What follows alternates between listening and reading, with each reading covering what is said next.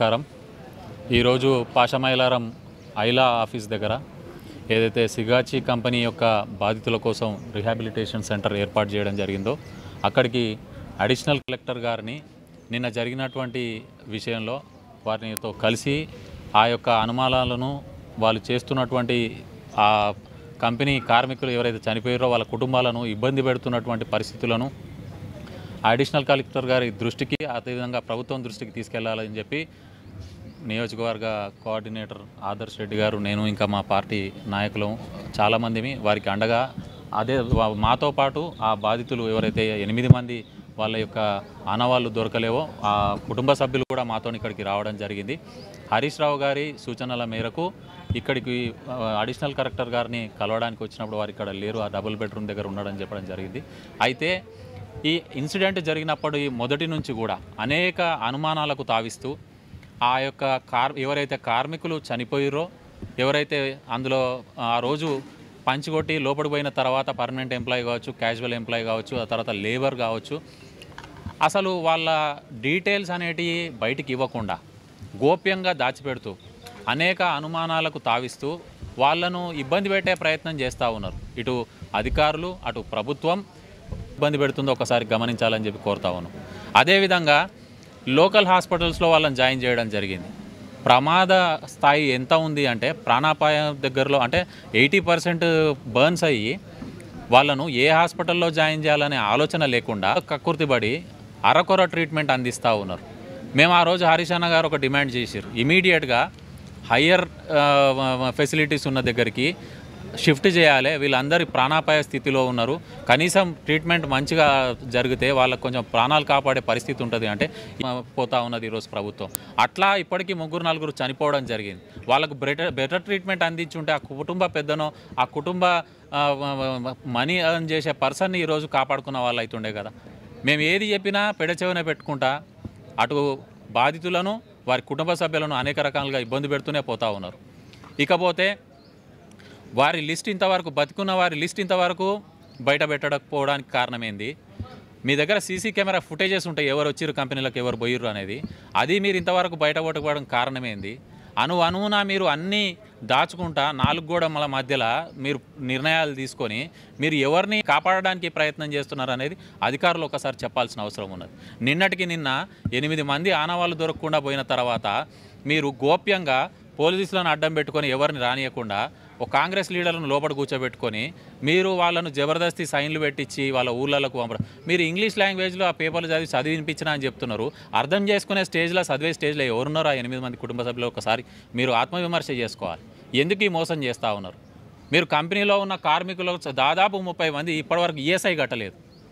ESI కట్టకుండా ఒక public limited కంపెనీలో ఎట్లా ఉద్యోగం చేయనిస్తున్నారు ఈఎస్ఐకి సంబంధించిన అధికారులు?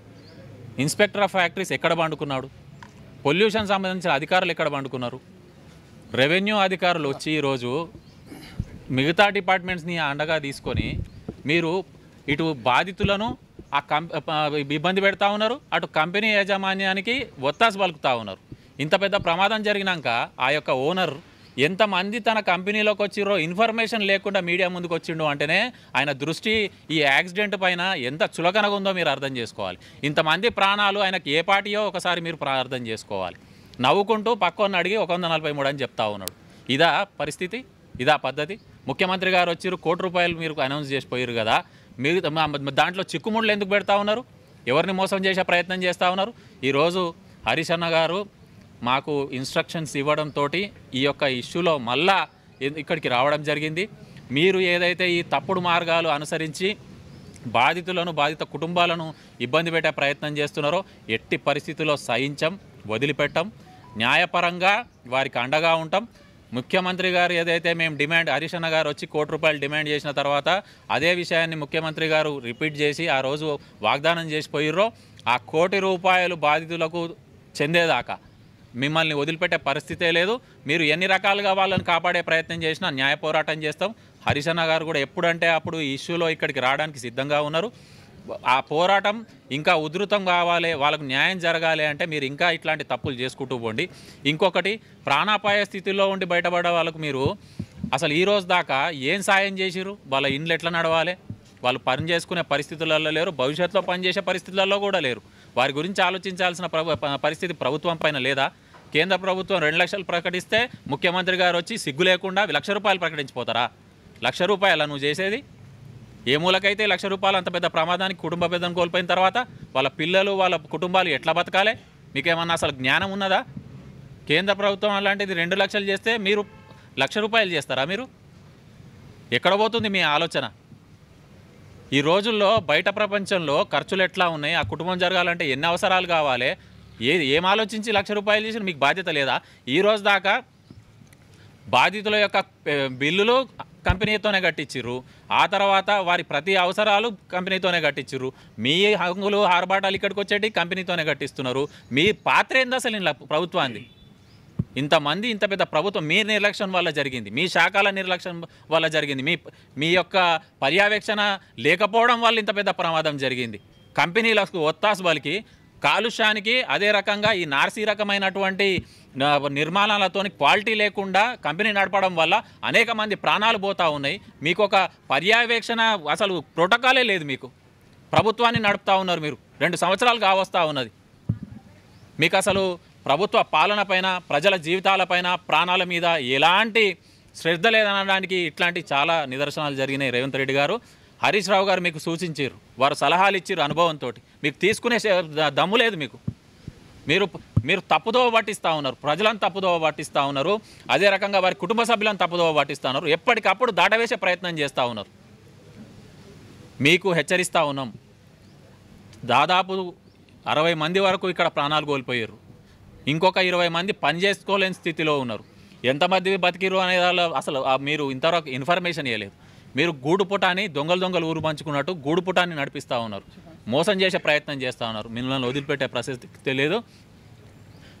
మా మీడియా సోదరుల ద్వారా ప్రభుత్వానికి మేము హెచ్చరిస్తూ ఉన్నాము, ఇది వెంటనే ఆ 15 లక్షలతో పాటు 85 లక్షల శాంక్షన్ లెటర్ వాళ్ళకి ఇమీడియట్గా ఇవ్వాలి.